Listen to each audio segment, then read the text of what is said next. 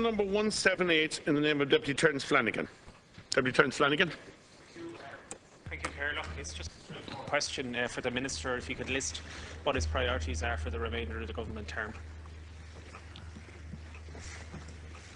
The mission of the Department of Foreign Affairs is to serve the Irish people, to promote their values and advance their prosperity abroad, and to provide the Government with the capabilities, analysis and influence to ensure that Ireland derives the maximum benefit from all areas of its external engagement. My Department's Statement of Strategy for 2015-17, laid before this House on the 14th of April, outlines how we intend to achieve our high-level goals over the coming years. These goals are rooted in the priority areas set out in the Government's recent policy review, The Global Island, Ireland's Foreign Policy for a Changing World.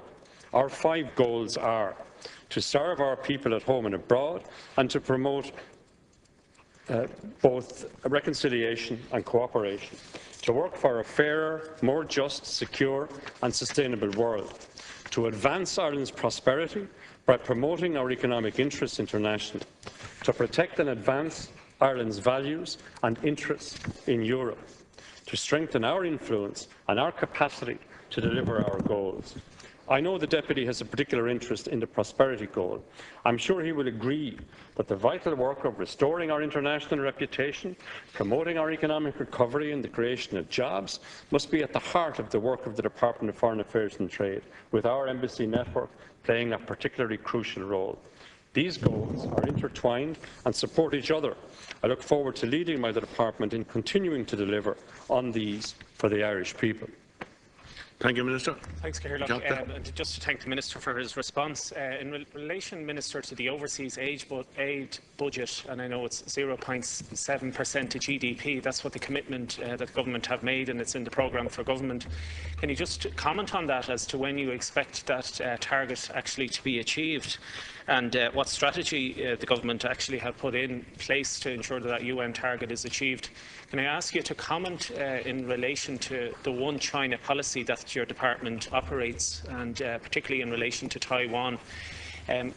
Will that be reviewed? Will that relationship be looked at, considering Taiwan is one of the strongest and wealthiest countries in the world, and we already have relations here, great relations, with an Oireachtas friendship group being set up. So can that be looked at as well? And also, can you comment on the Syrian situation and the civil war and the amount of refugees that were involved? How many will be taken here into Ireland?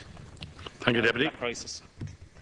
Oh, we don't intend making any changes in relation to the One China policy, and wish to assure the Deputy that my department will continue to work closely with my colleague, the Minister for Jobs, Enterprise and Innovation, and with the state agencies to lead the Export Trade Council in order to ensure to maximise the economic benefits of our relationship with China and other states in the region.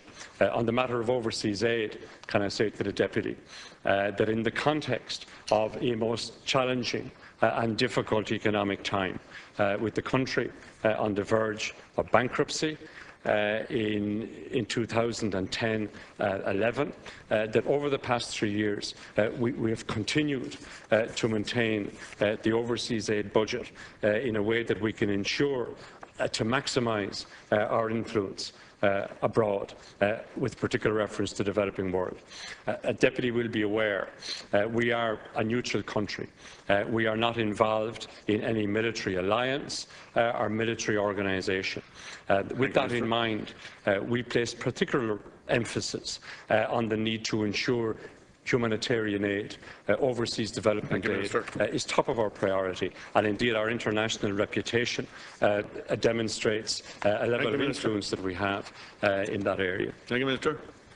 Deputy Flanagan. Thanks. Yeah, no, just to appreciate and thank the Minister for his response. In relation to working towards achieving that goal of the 0.7% in light of obviously the upswing now in the country and the economy, will you be making it your business, Minister, to ensure that more money is allocated towards the overseas budget? And are you happy and satisfied that every red cent of taxpayers' money is actually being spent in the most appropriate manner as well, that there's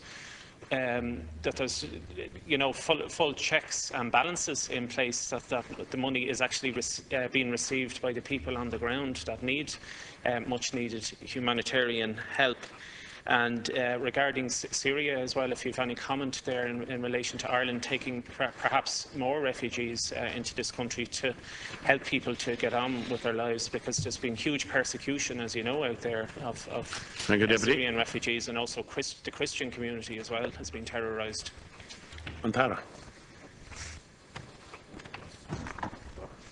My department monitors closely and on a regular basis all fund in respect of overseas development aid. In relation to being happy or satisfied, could I say that I'm neither, but I'm anxious to ensure that all our goals are realised at the earliest opportunity.